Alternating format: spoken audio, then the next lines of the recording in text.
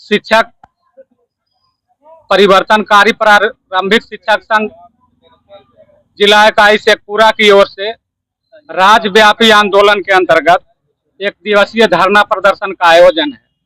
शिक्षक अपनी समस्याओं का लगातार विभिन्न संगठनों से और विधानसभा के सदस्यों के माध्यम से अपनी मांग को बार बार सरकार को अवगत कराते रहे, लेकिन सरकार जो है हमारी ओर कोई ध्यान नहीं देती है। शिक्षकों की ओर सरकार 2012 में एक नियमावली बनाई थी। हमने नहीं कहा था, सरकार स्वेच्छा से अपने इच्छा से एक नियमावली बनाई थी कि हम शिक्षकों को कालबद्ध प्रोन्नति देंगे, लेकिन आज 2 दशक बीत गए और सरकार जो है उसका कालबद्ध प्रोन्नति नहीं देकर एक सक्षमता परीक्षा का आयोजन किया कि आप सक्षमता परीक्षा दे दीजिए और राजकर्मी का दर्जा हो जाइए, राजकर्मी का दर्जा पा लीजिए।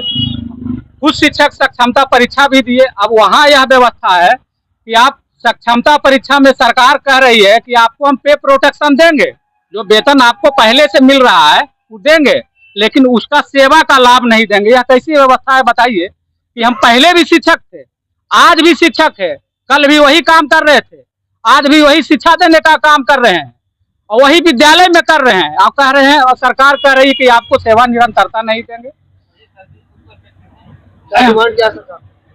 हम लोगों का यही मांग है। अभी स्थानांतरण सरकार बोली कि आप विकल्प दीजिए, 10 विकल्प दीजिए, 10 विकल्प के अंदर आपका स्थानांतरण करेंगे। कल पहला सूची जो है शिक्षा विभाग के द्वारा जारी हुआ, जो शिक्षक नजदीक में थे 20 किलोमीटर 30 किलोमीटर में, उनको ले जाकर के 60 किलोमीटर दूरी में फेंक दिया ले जाकर के। जो दिव्यांग शिक्षक है, उनके परिवार में बीमार है, अपने माता पिता की बीमारी की देखभाल कर रहे हैं, उनको 70-80 किलोमीटर में फेंक दिया और शिक्षक रो रहे हैं जाकर के पटना में। यही व्यवस्था है सरकार की। सरकार प्रधानाध्यापक विद्यालय में प्रधानाध्यापक और प्रधान शिक्षकों का पोस्टिंग किया बीपीएससी के माध्यम से। आज कई महीने बीत गया, लेकिन उसका अभी पदस्थापन विद्यालय में नहीं हुआ। हम धरना के माध्यम से मांग करते हैं कि विद्यालय में प्रधानाध्यापक जो आप बहाली किए बीपीएससी से, उनका जल्द से जल्द पदस्थापन करिए ताकि शिक्षा व्यवस्था सुदृढ़ तरीके से संचालित हो सके। ई शिक्षा कोष के माध्यम से हाजिरी बनवाया जाता है। ई शिक्षा कोष का तकनीक खराब होने के कारण पदाधिकारी, स्थानीय पदाधिकारी स्पष्टीकरण की मांग करके कार्रवाई करते हैं। आपका ई शिक्षा कोष में गड़बड़ी, उसको आप ठीक नहीं कर रहे हैं और शिक्षक को कह रहे हैं कि आप टाइम से नहीं पहुंचे हैं।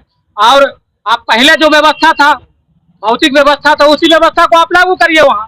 आप क्यों शिक्षक को प्रताड़ित करना चाहते हैं? शिक्षक और अभी क्या है कि निरीक्षण के नाम पर शिक्षकों को, कई शिक्षक को सस्पेंड किया जा रहा है, पूरे बिहार में सस्पेंड किया जाता है।